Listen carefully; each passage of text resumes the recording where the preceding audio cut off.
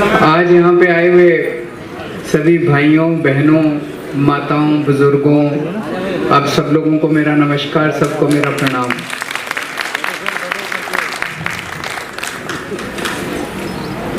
आज जिन जिन बुजुर्गों को सम्मानित किया गया उन सभी बुजुर्गों को मैं तहे दिल से बहुत बहुत बधाई देना चाहता हूँ।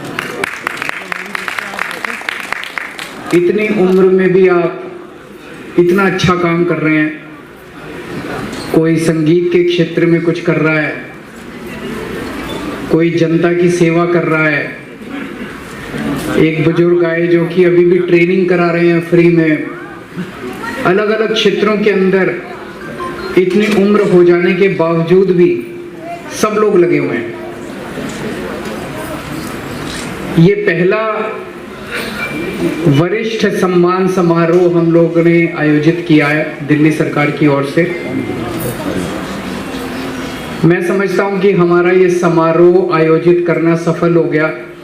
जिस तरह से जितने अच्छे अच्छे लोगों को ये सम्मान मिला और जितनी भारी संख्या में मैं देख रहा हूं लोग आज इस कार्यक्रम में आप सब लोगों ने शिरकत की, समय निकाला। आपके आने से उन सब लोगों का और हौसला अफजाई हुआ जिन लोगों को आज सम्मान मिला है।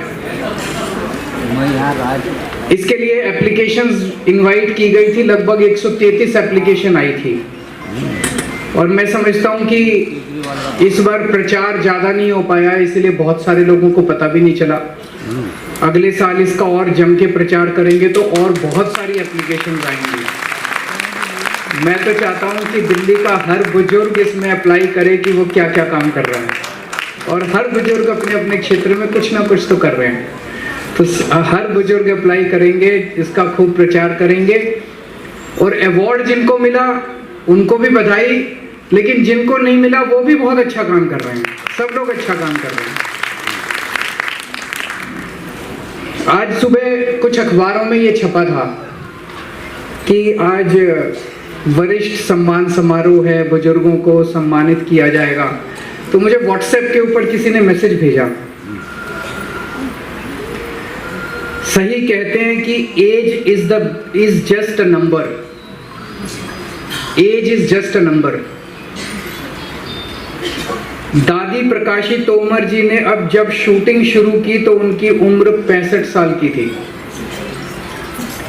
दिल्ली के नजफगढ़ देहात के मलिकपुर गांव की रहने वाली 94 साल की भगवानी देवी जी ने Finland world masters athletic championship में गोल्ड मेडल हासिल किया था।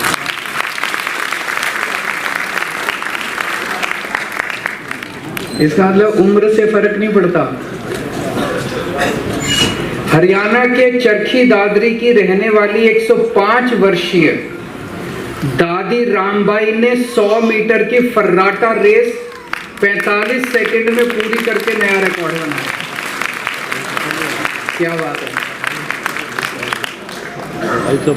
जम्मू की स्टार जोड़ी 68 वर्षीय तरसेम लाल बसोत्रा और 62 वर्षीय सुदेश बसोत्रा ने माउंट एवरेस्ट के बेस कैंप 5364 मीटर तक की चढ़ाई पूरा करके देश का नाम रोशन किया। जिंदगी खुश रहने का नाम है, खुश रहना चाहिए। चाहे कोई भी उम्र इंपॉर्टेंट नहीं है, खुशी के लिए उम्र इंपॉर्टेंट नहीं है। तो मैं समझता हूं कि हर एक की जिंदगी में कुछ ना कुछ एक पैशन होता है। किसी का पैशन म्यूजिक होता है, किसी के अभी एक पेंटिंग देके गए जिनको अवार्ड मिला, वो एक पेंटिंग की इतनी खूबसूरत पेंटिंग्स मैं देख रहा था, उसमें माउंटेन्स की पेंटिंग्स की हुई थी, नदियों की पेंटिंग्स की। किसी का पेंटिंग का शौक होता है, किसी का समाज सेवा का शौक होता है। वो पैशन आदमी को जिंदा रखता है और वो कभी किसी को बूढ़ा नहीं होने देता। अपने हिंदू धर्म में कहते हैं ना कि 84 लाख योनियों के बाद मनुष्य का जीवन मिलता है। 84 लाख योनियों के बाद कितनी मुश्किल से मनुष्य का जीवन मिलता है, और इसके बाद पता नहीं कब मिलेगा। ये जीवन मिला, इसके बाद पता नहीं मनुष्य की योनि कब मिलेगी। और इसको हम रो रो के गंवा देते हैं। क्या फायदा रोने से। तो अपने को खुश रहना है। और अगर हम अपना बुढ़ापे में ये सोचे अब तो मैं बूढ़ा हो गया, तो आप ये सोचो कि 1/4 जिंदगी हमने इतनी मुश्किल से 84 लाख होने के बाद मिले और 1/4 जिंदगी खराब कर दी, तो उसका भी कोई फायदा नहीं। तो पूरे खुश रह के जिंदगी जीनी है। और पूरे बुढ़ापा, जैसे ये बिल्कुल सही कहा इन्होंने, age is just a number. आदमी की सोच सबसे इंपॉर्टेंट होती है। अगर आदमी नेगेटिव सोचता है, गीता में लिखा है हर पल हर व्यक्ति संघर्ष कर रहा होता है अच्छाई और बुराई के। कौरव और पांडव क्या है? एक सत्य है और एक असत्य है, एक सही है और एक गलत है। वो कौरव और पांडव की लड़ाई, कुरुक्षेत्र की लड़ाई हर पल हमारे अंदर चलती रहती है, एवरी सिंगल सेकंड चलती रहती है, हमारे मन में चलती रहती है, हमारे वचन में चलती रहती है, हमारे कर्मों में चलती रहती है। और हर पल हम संघर्ष करते हैं। जिस वक्त हम संघर्ष करना छोड़ देते हैं, हमारा बुढ़ापा आ जाता है। चाहे वो 30 साल की उम्र हो, 30 साल की उम्र में भी अगर हमने अपना संघर्ष करना छोड़ दिया, बुढ़ापा आ गया। और किसी ने 100 साल की उम्र में भी संघर्ष करना नहीं छोड़ा, उसकी खुशी कोई नहीं छीन सकता, उसका बुढ़ापा कभी नहीं आएगा उसका। तो संघर्ष का नाम ही जीवन है, खुशी का नाम ही जीवन है। मैं समझता हूं कि जिस घर के अंदर बुजुर्गों का सत्कार नहीं होता, बुजुर्गों की सेवा नहीं होती, उस घर के बच्चे जितनी मर्जी कोशिश कर लें, जितना मर्जी प्रयास कर लें, उस घर में बरकत नहीं हो सकती। वैसे ही जिस समाज के अंदर बुजुर्गों की सेवा नहीं होती, उस समाज की और उस देश की भी कभी तरक्की नहीं हो सकती। आज हमारी दिल्ली दिन दूनी रात चौगुनी तरक्की कर रही है, उसका कारण ये है कि दिल्ली के बुजुर्ग, मैं समझता हूं कि बहुत खुश हैं कि नहीं है? और उनका आशीर्वाद है, और उनके आशीर्वाद की वजह से आज हम इतनी दिन दूनी रात चौगुनी तरक्की कर रहे हैं। चाहे ओल्ड एज पेंशन देनी हो, अभी मंत्री जी ने सारी बातें गिनाई, ओल्ड एज होम कई सारे बनाए हैं, मैं खुद भी गया, कई सारे इनॉग्रेशन करके आया। कई बच्चे अपने माँ बाप को नहीं रखते या नहीं रख सकते, उनके लिए हमने ओल्ड एज होम बनाए हैं, सारी सुविधाएं दी है। ओल्ड एज होम के जब भी हमारे दिमाग में आता है ओल्ड एज होम, तो ऐसे लगता है जैसे कोई जेल खाना, ऐसा नहीं है। बड़ा अच्छा अरेंजमेंट कर रखा है, खुश रहते हैं सारे, सबकी खुशी का इंतजाम किया है, खाने पीने का, स्पोर्ट्स का, लाइब्रेरी का, उनकी अपनी सत्संग का, सब इंतजाम किया हुआ ओल्ड एज होम में। मैं नहीं चाहता कि किसी को भी ओल्ड एज होम जाने की ज़रूरत पड़े, लेकिन अगर किसी एक्सेप्शनल केसेस में ज़रूरत पड़े तो दिल्ली सरकार ने उसका इंतजाम किया हुआ है। हेल्थ का, दिल्ली का आज हेल्थ का मॉडल दुनिया के बेस्ट कंट्रीज से मुकाबला कर रहा है। पूरी दुनिया में ऐसे कुछ देश हैं, चंद गिने चुने डेवलप्ड कंट्रीज हैं, अमीर देश हैं, और सारे अमीर भी नहीं हैं, कुछ चंद देश हैं जहाँ पे हेल्थ पूरी फ्री है सबके लिए। अमेरिका में भी नहीं है, दिल्ली में है।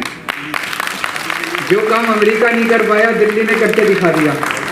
दिल्ली में सबकी सेहत फ्री है, सबका इलाज फ्री है। सरकारी अस्पतालों में जाओ, सारी दवाइयाँ फ्री, सारे टेस्ट फ्री, सारा इलाज फ्री। तो बुजुर्गों में सबसे ज़्यादा चिंता इसी बात की होती है, मैं बीमार हो गया तो क्या होगा, बच्चे पता नहीं देखभाल करेंगे नहीं करेंगे, ज़्यादा खर्चा आ गया तो क्या होगा। कुछ लोगों ने इंश्योरेंस करा रखा है, पर इंश्योरेंस भी 5 लाख का है, कई बार 5 लाख रुपए कम पड़ जाते हैं। एक ही ऑपरेशन हो जाए तो 10 लाख का खर्चा आ जाता है, 15 लाख का खर्चा आ जाता है, 2 बड़ी बीमारी हो जाए तो। और अब चिंता करने की जरूरत नहीं है, दिल्ली सरकार ने सबका सारा इलाज मुफ्त कर दिया सरकारी अस्पतालों के अंदर। ये एक बहुत बड़ा सहारा होता है हर आदमी के लिए, हर परिवार के लिए, अगर सारा इलाज मुफ्त हो जाए। और जैसा मंत्री जी कह रहे थे, हर एक के मन में इच्छा होती है कि जिंदगी में एक बार तो कहीं तीर्थ यात्रा में चला जाऊं। बहुत सारे लोगों को तो भगवान ने जिंदगी में बहुत कुछ दिया है, वो तो 10-10 जगह भी जा चुके होंगे, हवाई जहाज से भी चले गए होंगे, 5 स्टार होटल में भी रुक गए होंगे।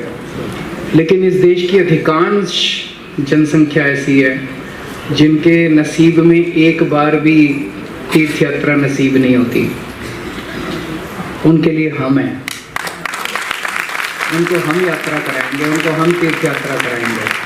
तो ऐसे सभी लोगों को हम तीर्थ यात्रा करा रहे हैं।